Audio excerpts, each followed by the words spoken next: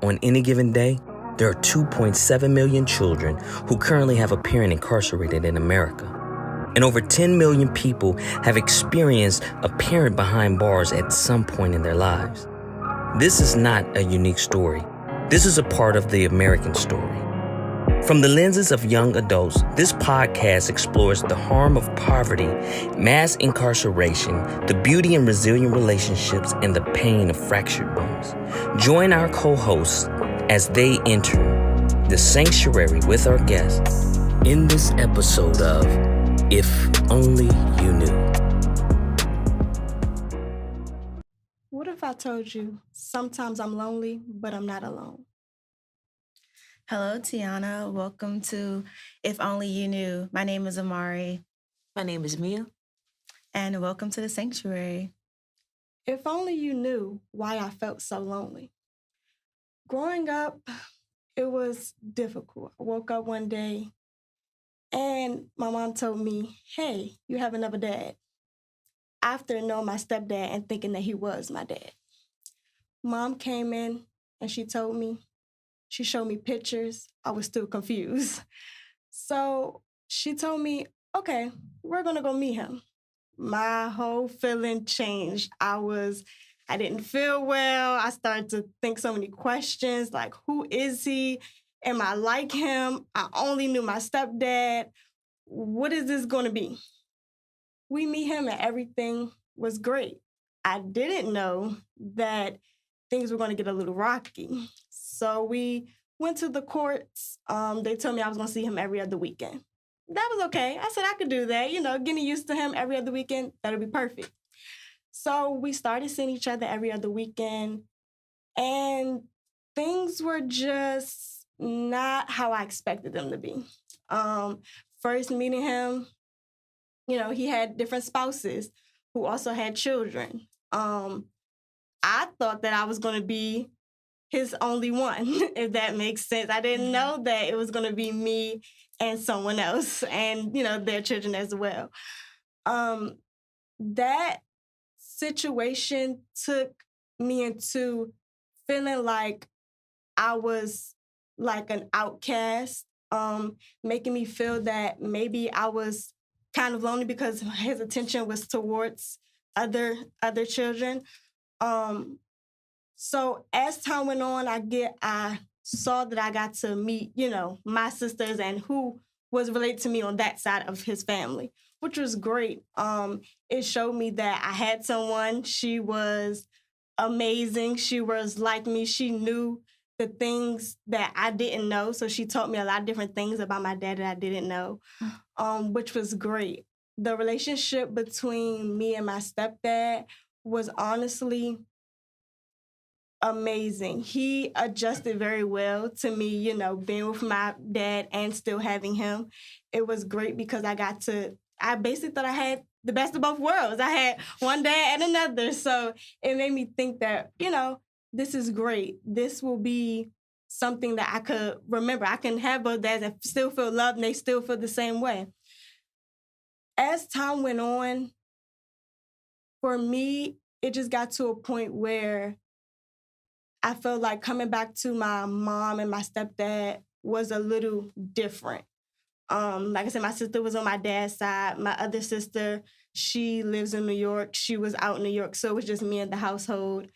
That made me feel as if things would, it made me feel that things were going to be, how do I say, divided in a way. Because one way I'm here and with my mom and my stepdad, and another situation I'm another way with my dad and his girlfriend and their spouses. So that was honestly different for me. It was very different. Going into high school, I was battling with facing who gets what and how I was going to, have this person come to this graduation or his side of the family, that side of the family. It got to be a lot. It got to be really a lot. But I did know that, I was loved and that everyone was going to be around to help me out in any circumstances. But I didn't know if they were just around because they had to be or was they around because they genuinely cared about me and wanted to be around. So that, honestly, it went a little, didn't expect it. It didn't go how I wanted it to go because of the simple fact that as time went on, they started dying down. They started, leaving or, going to different states, or me just doing so much. I never really saw them. I only really saw my dad. Thanks for sharing, Tianna. Initially, I was wondering, when you mentioned that you were different in both situations, how did they look for you, like separately? Like, how was with your mom and your stepdad compared to your dad and his spouses and siblings? With me, my mom, my stepdad, I could vocalize things more. I could be me. It was like, I would want to dance or, get my hair done and, just play around and go outside. With my dad, and his spouse, it was very stern. It was a stricter household. We couldn't really, do a lot of things that we wanted to do because of the simple fact that he didn't know what I like to do or how I like to do things or, what made me happy. He didn't really know, because he wasn't there growing up. So it was different to have a family who knows you, who has been with you since it started, to know, how you are and, what you like to do or, who you like to be around or have friends around that, around the area. And then when you're with your dad, to just, feel like he's still getting to know you. Like, you try to tell him, oh, I like to do this. But with him, he didn't want to do, certain things. When you come from incarceration, it's like you feel closed-minded a little bit. You're used to being inside and closed, not doing too much. So for your child to want to do so many things, you couldn't really adhere to those things that you wanted to do because that wasn't your lifestyle.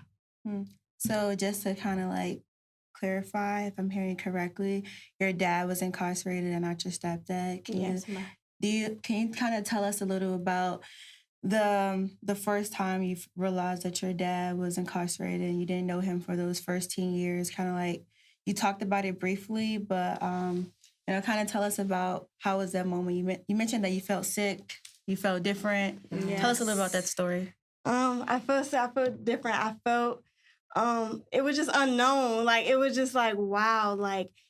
After thinking that your stepdad was your dad for so many years and growing up, you start to feel like, who am I? Basically, I started to question who I was because what do I get from him? What traits do I have from him? What do we have alike? What do we have different? How, like I said, how was his side of the family? Who was my family on that side? I started to wonder a lot because I was very close with my stepdad's family.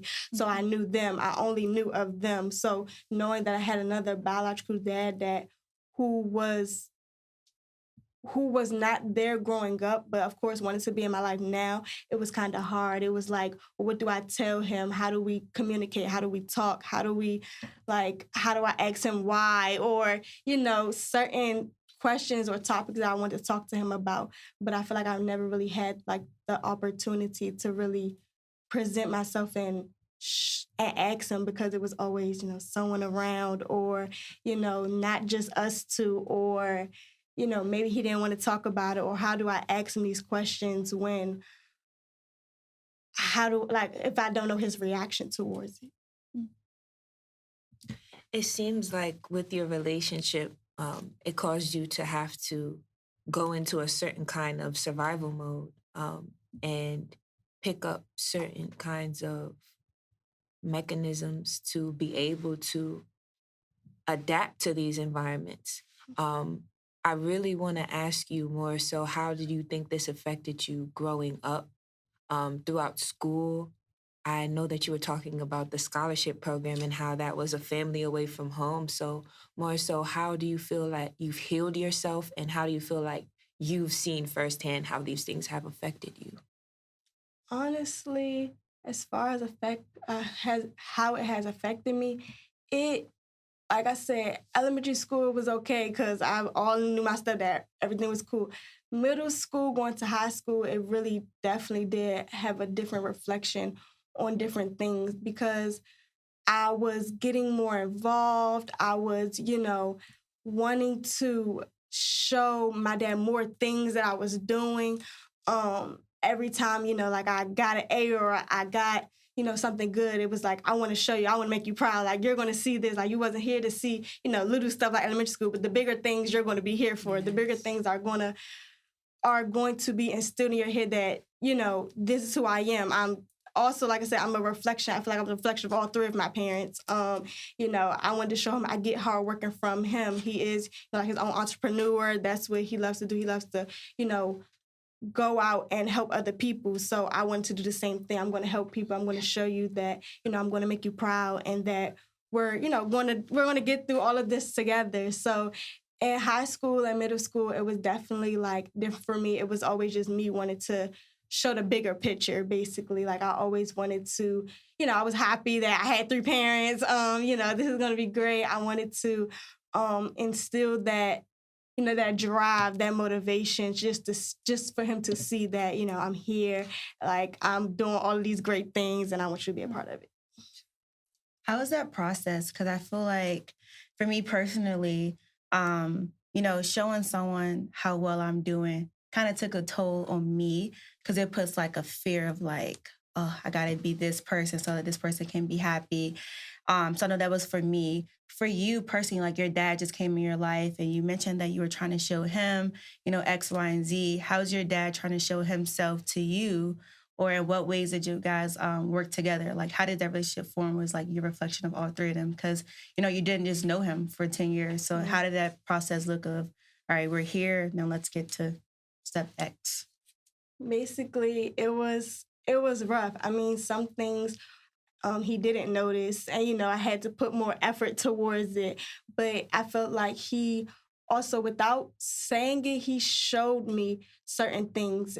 Like basically like hard work and dedication. Like I said, he always worked hard. He made sure that like he made sure that it was food on the table.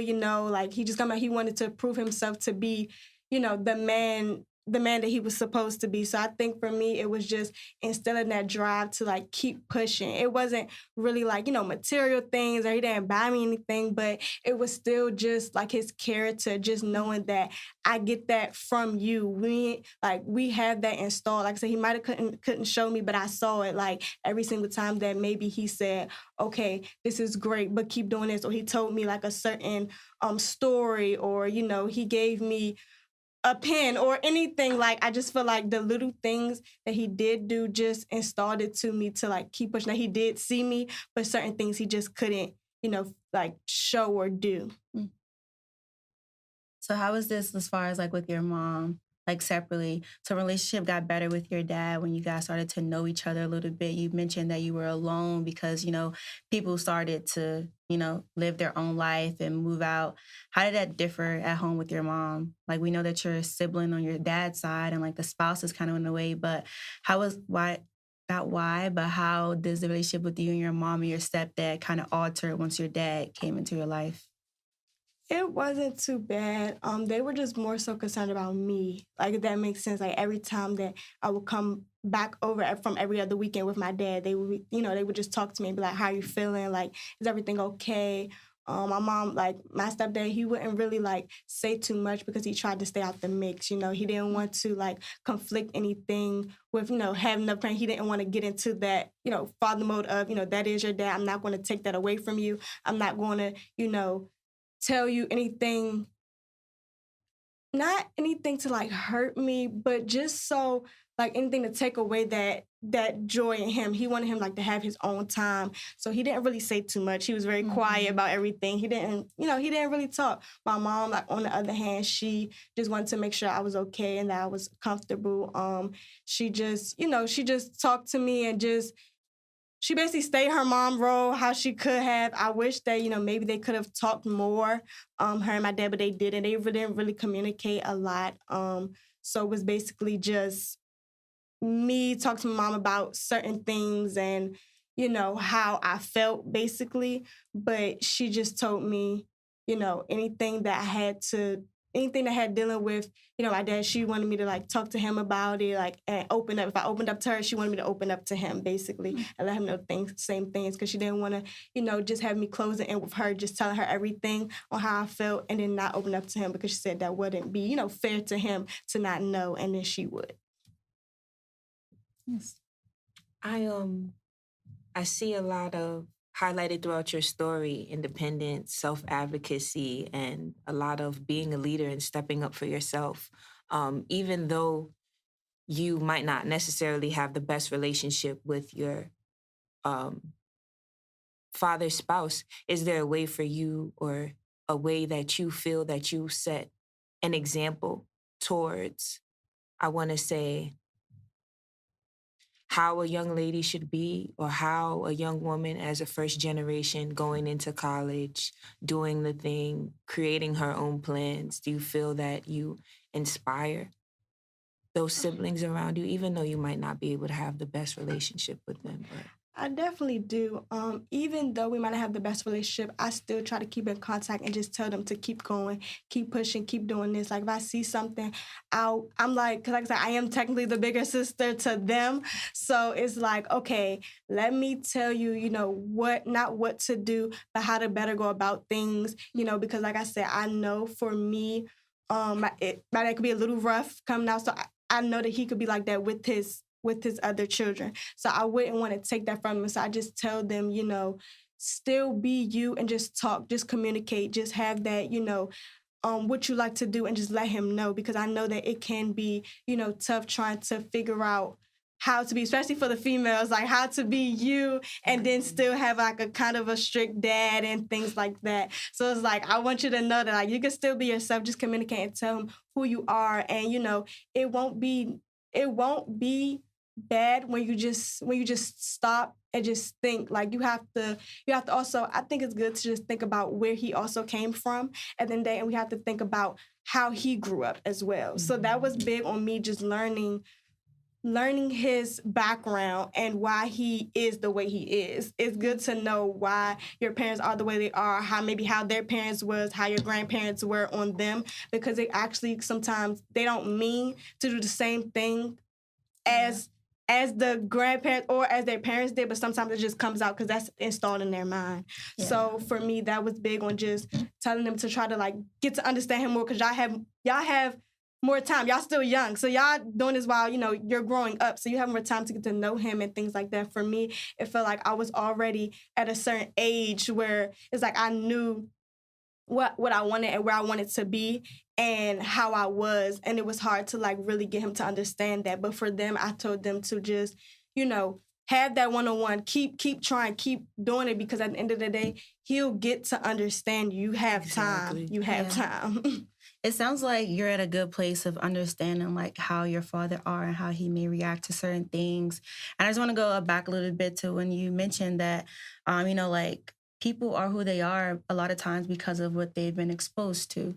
So with you knowing like your dad's situation, his background, well, how did you know it? Like, did you guys have a conversation? How did that process look of like, you being able to be the one that only sees him every other weekend to let me teach my siblings how dad may react to X, Y, and Z? Exactly. Basically, it was me talking to other people in the family. Like, honestly, they pulled me to the side. If I had an issue and they saw that things were getting a little rough, they would pull me to the side and be like, hey, so did you know? Like, it was always, did you know that your dad went through? He didn't really tell me, but the people around him, my other family members knew. And they would, just tell me so that I would be aware and I would know how to better have caution or better move around certain areas or different topics or anything like that. Like, they told me a lot of different stories, and I appreciated it because, like I said, it cleared my mind. So it's like I didn't really have to.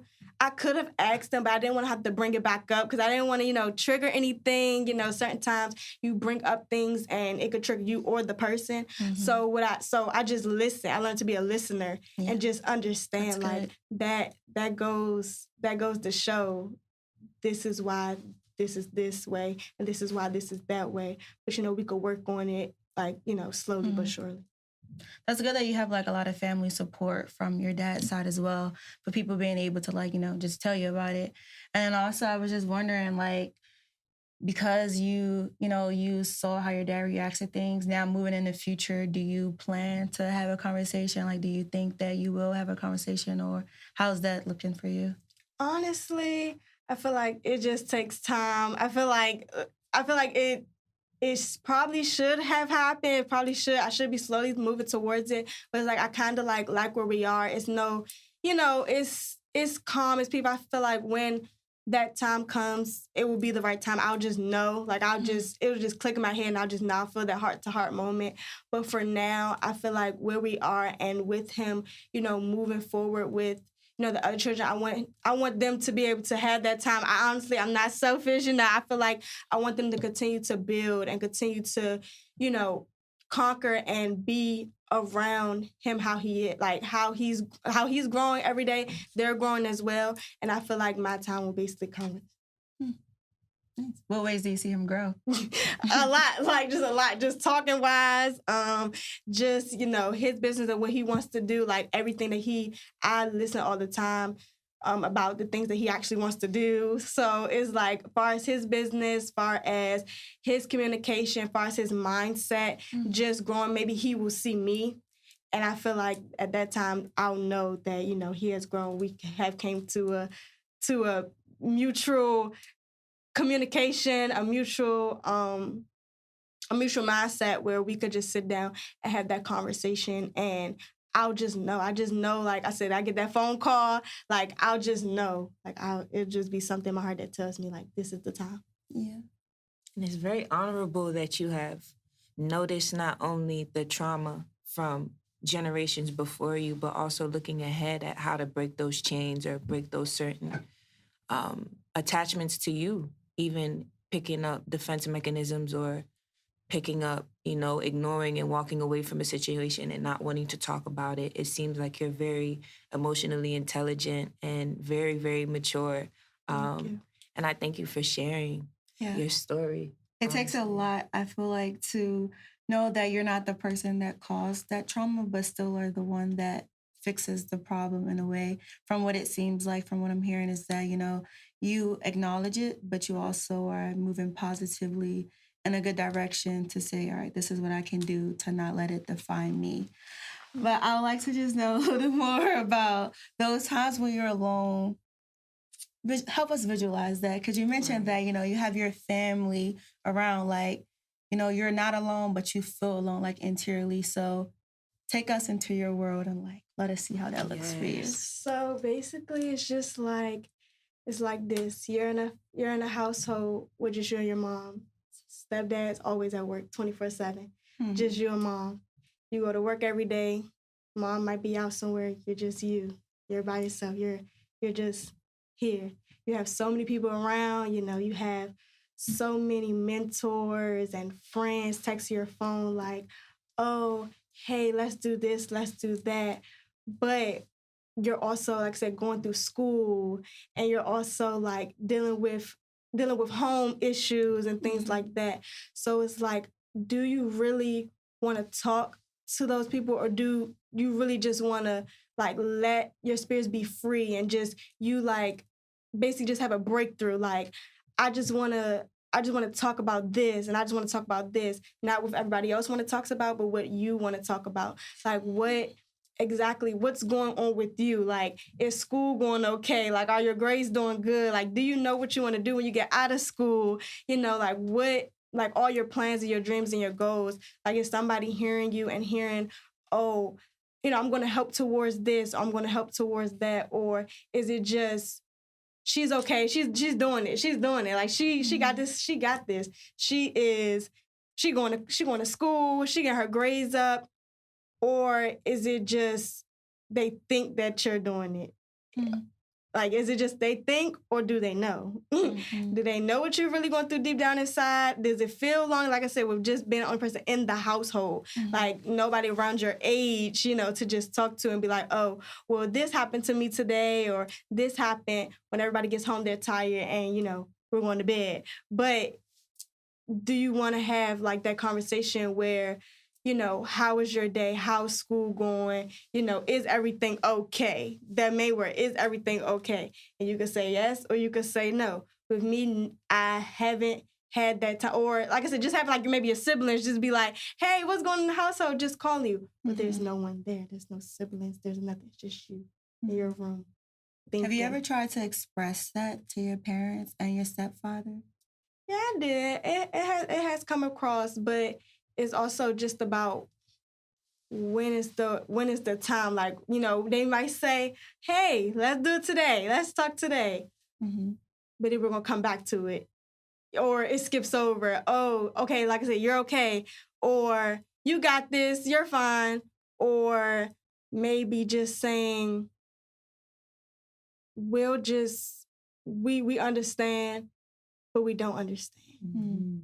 It sounds like a little of like a lack of, I don't want to say validation, but like value a little bit. Like either they skip over it or it doesn't matter, to the point where we can talk about it again. Like, let me follow up. Right. Like if you had the opportunity today to, like say if your parents were going to watch this clip, like what's one thing you would say to them that you just was like, I know we don't get back to it, but I want you to know this is really how I feel. And this is like really one thing you could do. Just that, I'm here. Just that sometimes I do need you to be there. Like, you there. You're always there. But sometimes I just need you emotionally to just check in. Because not every time I'm okay. Like, not every time I'm always being the upholder, of making sure the household is okay. But sometimes I need that validation to see if I'm okay, basically. Like, working everything, school, it gets tiring. You get like, oh, wow, this is a lot. Like, this is just a lot. And sometimes I just need that confirmation to say, hey, we know that you're here. We're proud of you. Keep going. Thank you. Pat on the back. Right, a pat on the back. Like a pat. Or maybe just a hug. Maybe just a nice little hug and just hold it there for a second. And then we're good. Do you think that Mia, you have a question? More comments. I just want to say you're really a teacher. Like in this lifetime, you're specifically here to be this teacher, as to where you're breaking this generational ideal and mindset on, we can't really deal with our emotions. We don't really talk about this. We kind of brush things under the rug, especially with our community. We really don't talk about a lot of things, and we are emotionally intelligent, but to communicate this and how teachable you are and how you're guiding and you're giving guidance, both when you're present and not present. So just more love, for real. Thank you. I feel that too. Yes. I see that. I was going to say, this is a kind of question though. Do you like to kind of anchor it on your dad and his incarceration? Do you feel like that, is that one of the sources, or I don't want to say reasons, but is that one of the experiences that he may have been exposed to that kind of, made him like kind of emotionally unavailable a little bit, with lack of words? Absolutely. What I'm trying to say here is, do you think that incarceration, especially for men that we see a lot in our communities, it kind of make them closed off? Like they're in these rooms alone most of the time. They don't really know how to communicate things. And it's just like, as a parent, you have this responsibility of, being there for your child, not only physically, which they are there for you physically, but you need somebody to be there for you emotionally and mentally. And just want to know, like, how have you saw that kind of absent in your dad, and do you think incarceration played a role in that? I definitely do. Even though, like I said, he's been out for a while, it definitely still plays a part in you. It's something that you live through. Like you live by doing day to day. You don't really, of course, there you can talk to people, but you're not really going to be like, oh, hey, like, how's it going? Like, you're not, they're like, people are in there for different reasons. You're not going to get in nobody's business. You're not going to talk, like, you're going to be basically to yourself thinking about, what's going to happen maybe when I come home, or, am I going to eat tonight? Like, do I want this? Like, it's very different mindset in there than coming out, because in the world, sometimes, we're more open. We're like, hey, then they're like, hey, like, it's not really like a conversation, like, emotionally, because nobody really checks on you in there. You don't have, somebody like, hey, are you okay? All the time, they're just like, go to your cell and do this. So you're not going to get that. I've definitely know for a fact that, it's harder to get that emotional out of them when they come out. You can't, it's something that really has to take its course.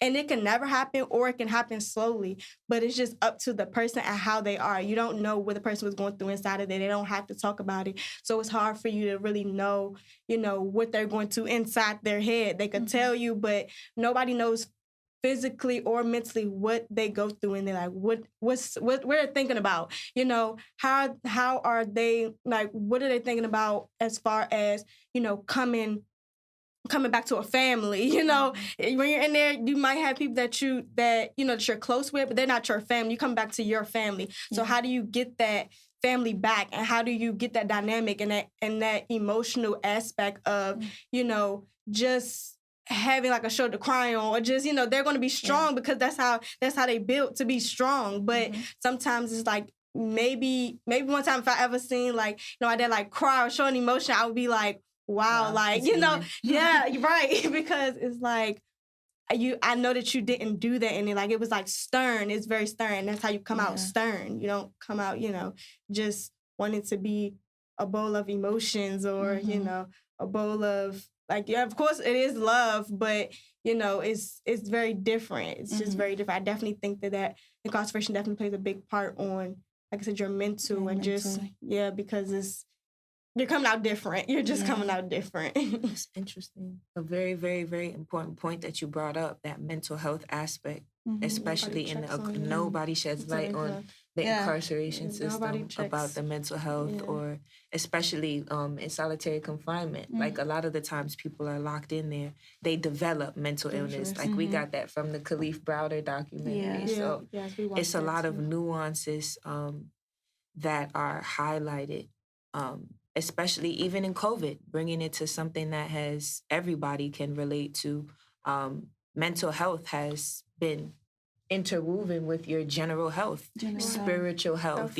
All of it is in correlation with each other. So there's definitely a reformation coming for not only this in our prison industrial system, but also in education, our jobs, everything. Like there's a whole relearning of that language. Like, we have the unspoken language of body language, also we have to look at that unseen language of that mind, your mind, that mental aspect of things. That's exactly what, like I said, during COVID, everybody had that. During quarantine, you had that thing where you had that inside to just think, like, and some people it worked well, some people it didn't, because they always want to go. They're moving, they're like, it really just opens you up to a whole new world. You're like, wow, we're living in this. But when you're by yourself, when you're inside with certain people, or things like, I think all the time, what if I was in COVID with my dad?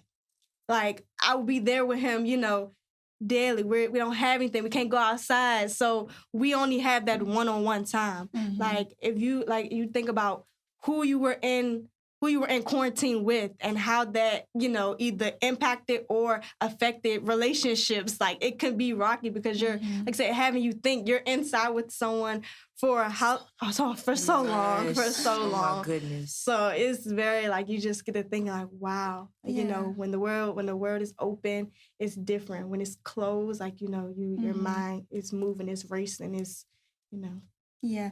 You mentioned a really great point earlier when you talked about how when inmates come home, when they're released, they have this, idea, or society makes us feel like, oh, you have to be strong, you got to be strict, you got to be stern, don't cry. Like, that's not, you're a man, you don't do that. And I'm just thinking it back to how I feel like, me personally, my father is like that. Like, when you said that, you can't just go laugh around and dance around your dad.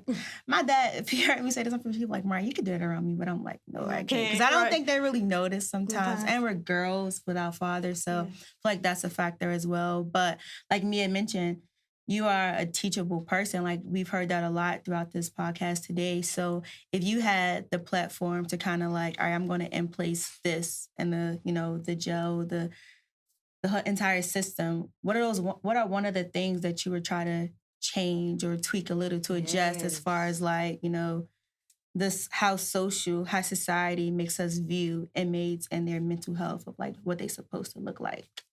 Honestly, I would definitely say like counselors. I don't know. I just feel like it takes a minute to open up, but if someone had that one-on-one in the prison cells where they can check in on you and you create that relationship, they're there with you for a while, depending on your length and how long you're there. Somebody that's there for you for a while, just checking in every here and there, like, hey, you doing okay? You doing all right? And then consistently, okay, well, how's this going? Like just little by little, and you build that relationship with somebody, I feel like that would be so much better because they have that person, they're on the outside because they get to go outside and they're also coming on the inside. So I think it's a great perspective to meeting see you where you are. Right, meeting you where you are. You're here and they're here, but they're going to make sure that you're okay. They're going to make sure they're going to check in. I feel like, like I said, we do know the guys are stern. They're not going to open up, but they're just anybody. You don't open up on the first try, but somebody to be there and just keep going. Just keep, every now and then just checking, are you all right? Like, having that, you don't really have that in there, somebody to really check in on you and make sure you're okay. That's even in the outside world. I feel like we all need somebody to just talk to, that one person. You don't have to be 1,001 people, but that one person, just make sure that you're okay. It will make a big difference when you come out because you had that one-on-one with somebody who knows the outside world and is inside with you, and they can, fill you in or talk to you and see how you're doing, or, just tell you life points or life lessons that you didn't know while in there. Y'all all right today? Yeah. Good. I definitely feel that aspect of things is important, to have someone to talk to, and to even take it a step further, away from ourselves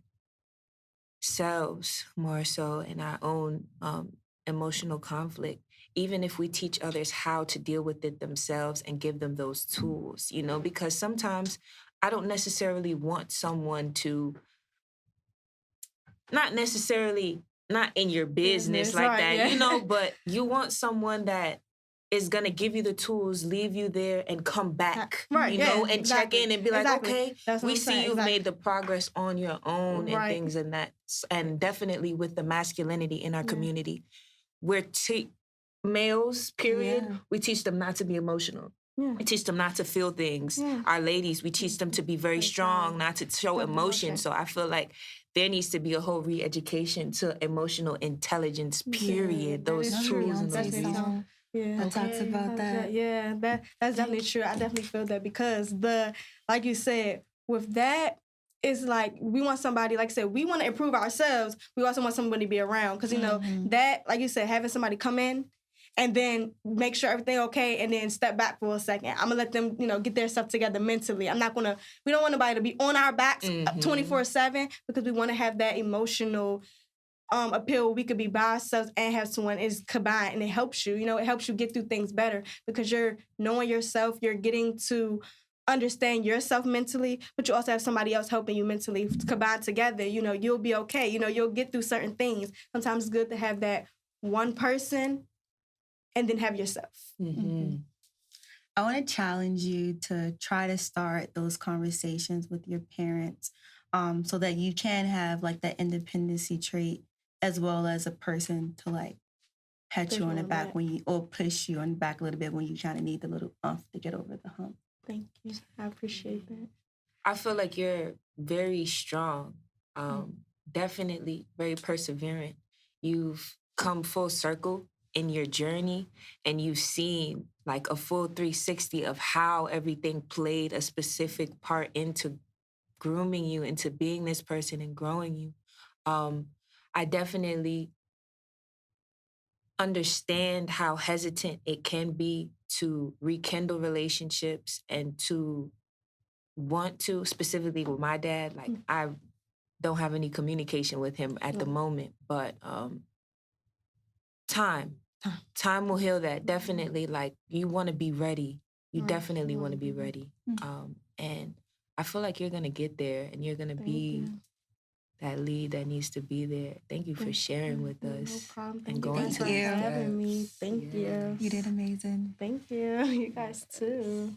Hi everyone, I am Tianna Durant from Maryland.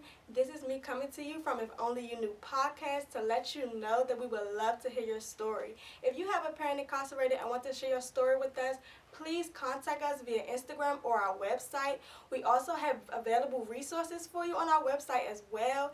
And lastly, if you would like to get a mentor, please DM us or check out our website, and we will have that available for you. Thank you.